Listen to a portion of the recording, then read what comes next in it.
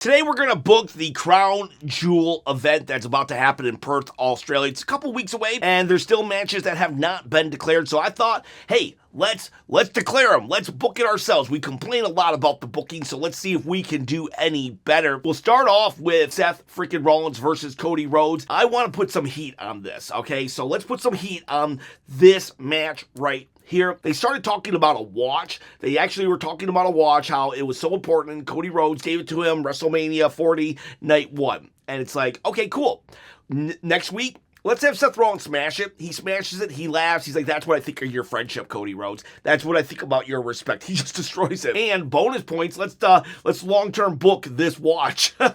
So when Seth Rollins eventually turns back into a good guy, he will come with the watch and be like, hey, I got your watch, though. I want you to know that. He's like, I thought you destroyed it, though. And Seth is like, yeah, I went and got it fixed. And it's like, aw. So now that I've long-term booked a watch, let's come back to the present day where what else can we do to bring some heat on this feud? So Cody Rhodes, maybe he goes into the ring, right? He goes into the ring, he cuts a promo. It's the same promo, like, oh, Seth, I thought better of you. I had so much respect for you, blah, blah, blah, right? But then it's interrupted by Seth freaking Rollins and Paul Heyman. They're on a couch, and they're like, he kind of like turns around and he says, hey, Cody, I'm going to watch some old footage and to get ready for our match. And the footage will be of Dusty Rhodes. Now, I don't know if you know this, but Cody Rhodes is actually Dusty Rhodes' son. I know. They really downplay that, but like that's a fact.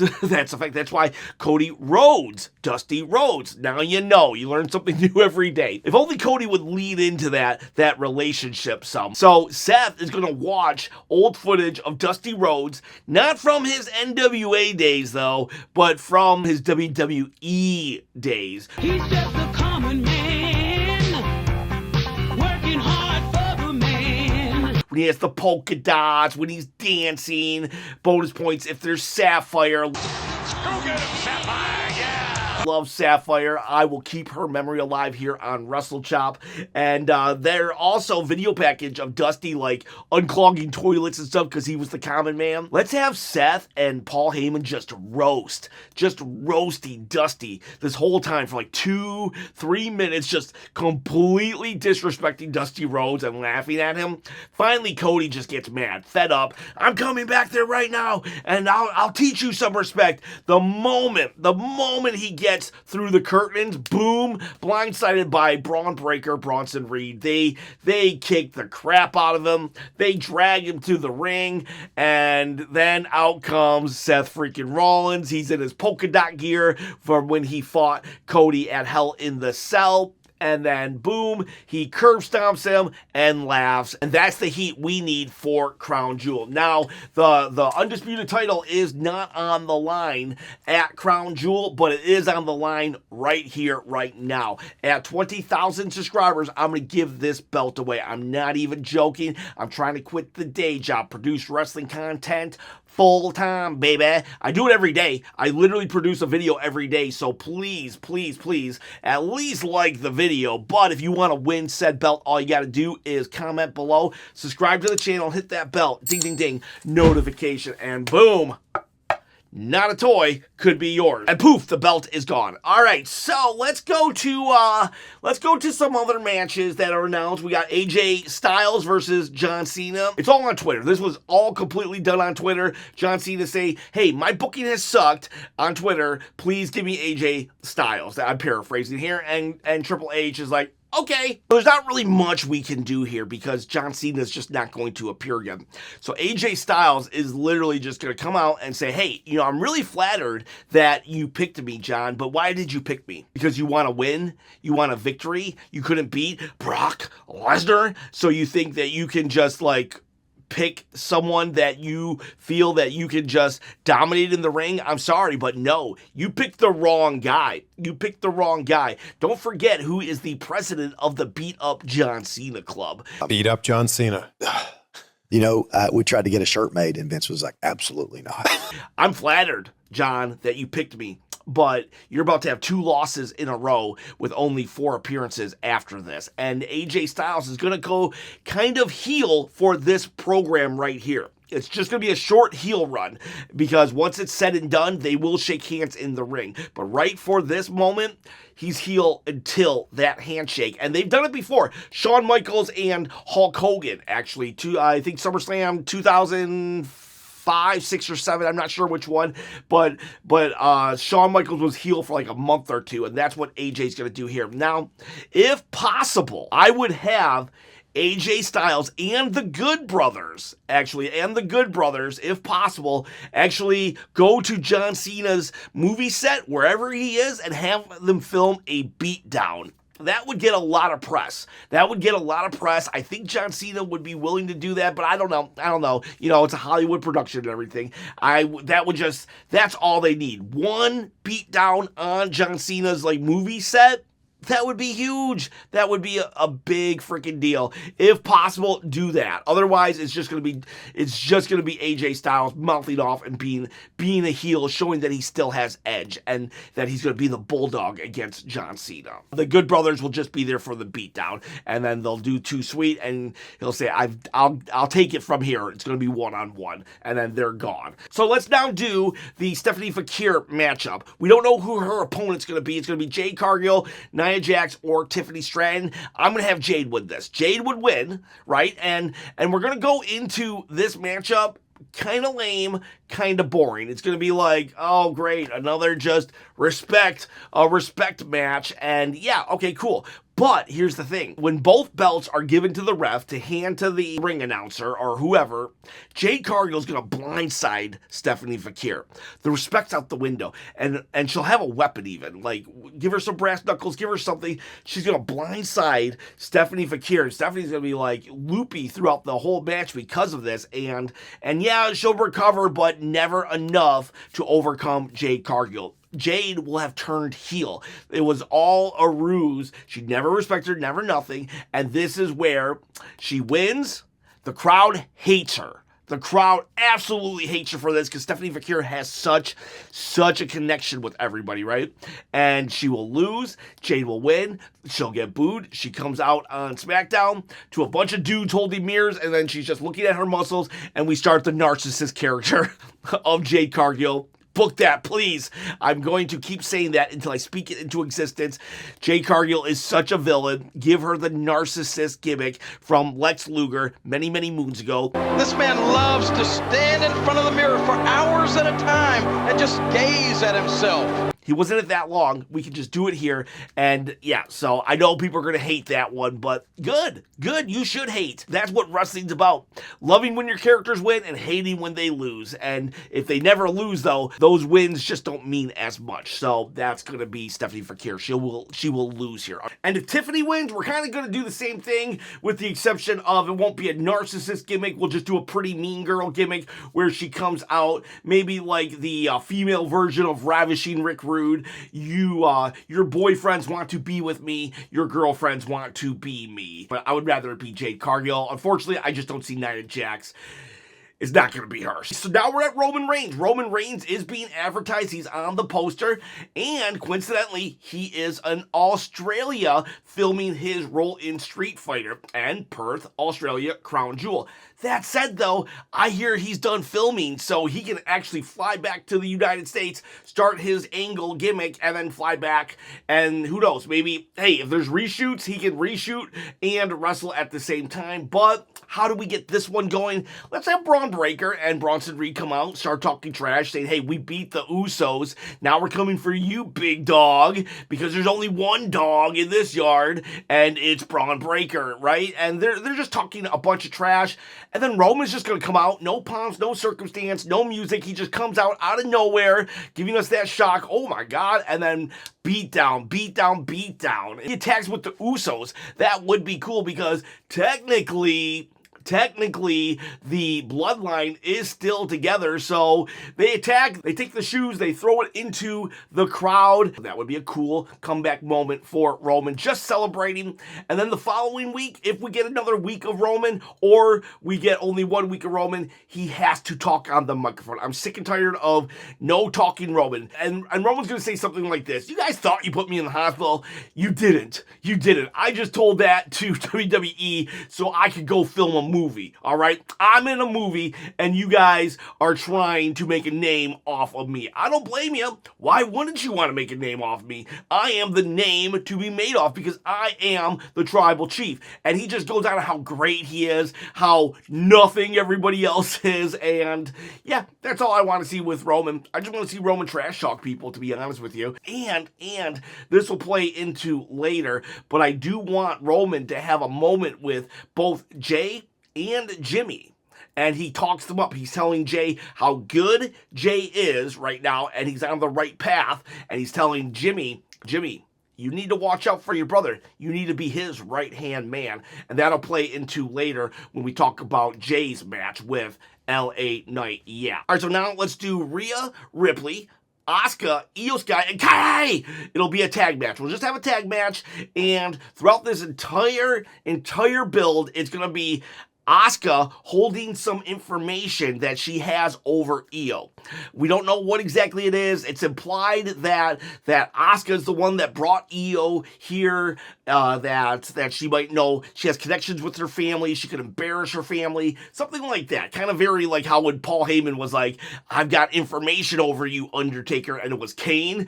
but yeah, Asuka's going to do something like that, and at the PLE, Io is going to turn on Rhea, but she doesn't want to. So then it becomes Asuka with two soldiers that really don't want to be her soldiers. Kare is like, yeah, she is with Asuka, but she's like, oh, I don't want to. And Io will even be worse because Asuka then is going to have a total power trip and make her beat up her friends and just go run roughshod through the divisions. And so, yeah, they will win, and Asuka is going to be set up to be the big bad of the women's division. And of course, in the long run, Io will eventually turn on Asuka, probably at the Rumble or something, like we'll have Asuka and Io in the Rumble at the same time, 1 and 2, and Asuka's just like, leave, get out, get out right now, just eliminate yourself. And Io is about to, she's like, no, I can't. And then they fight there, and that could set off a huge feud leading into WrestleMania season. Look at that. I just booked a WrestleMania match from Crown Jewel. Poof.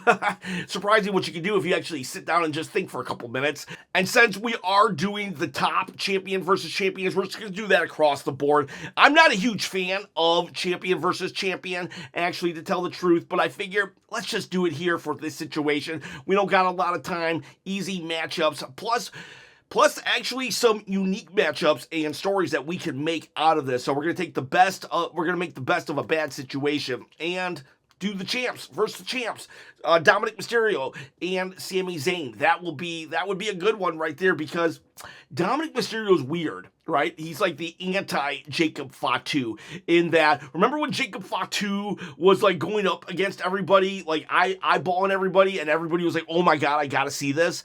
Well, Dominic Mysterio is kind of the same, except for he's not intimidating. He's very not threatening, but you still want to see him fight everybody, like how he would react. So I would have Dominic versus Sami, and Sami could just be like, dude, you have the lineage, you have the dad, you have everything, and you just hide behind your girlfriends. And he just like, where does this come from, man?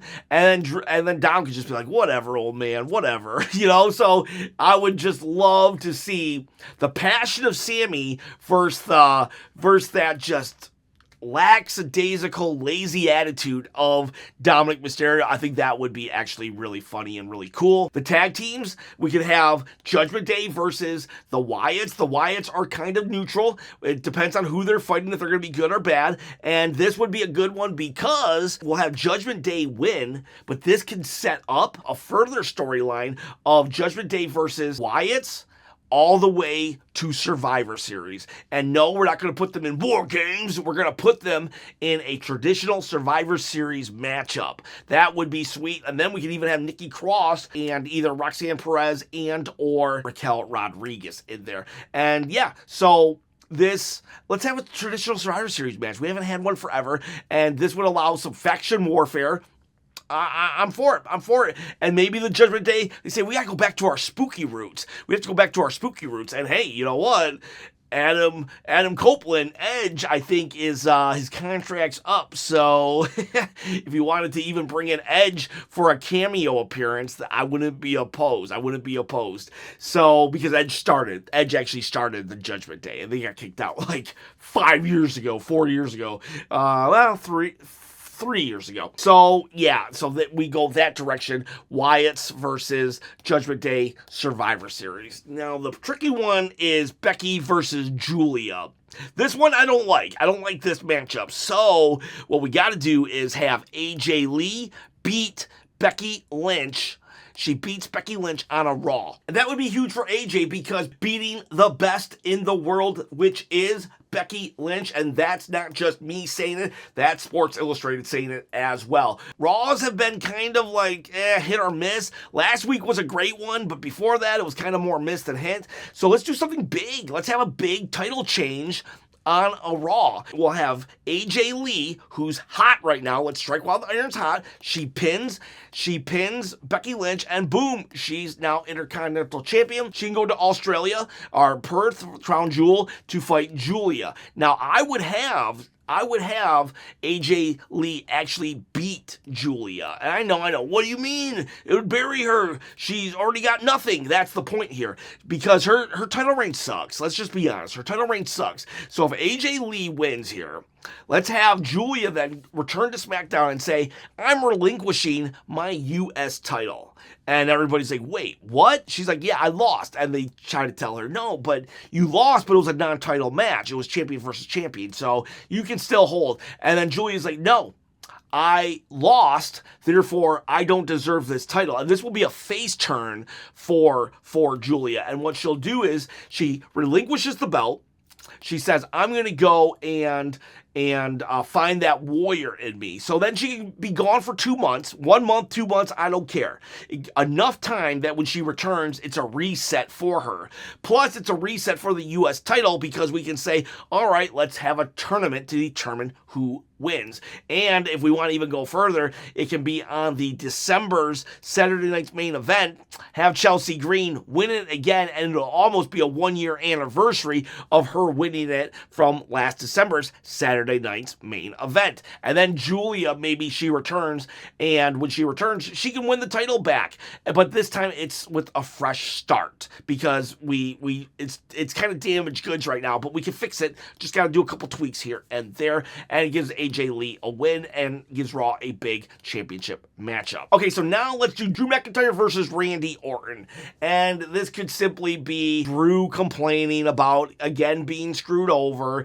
Randy Orton coming, saying, hey, I owe you one. And let's just add the stipulation of this is a number one contenders match. That way it means something. That way there's stakes involved here. Did someone say steak?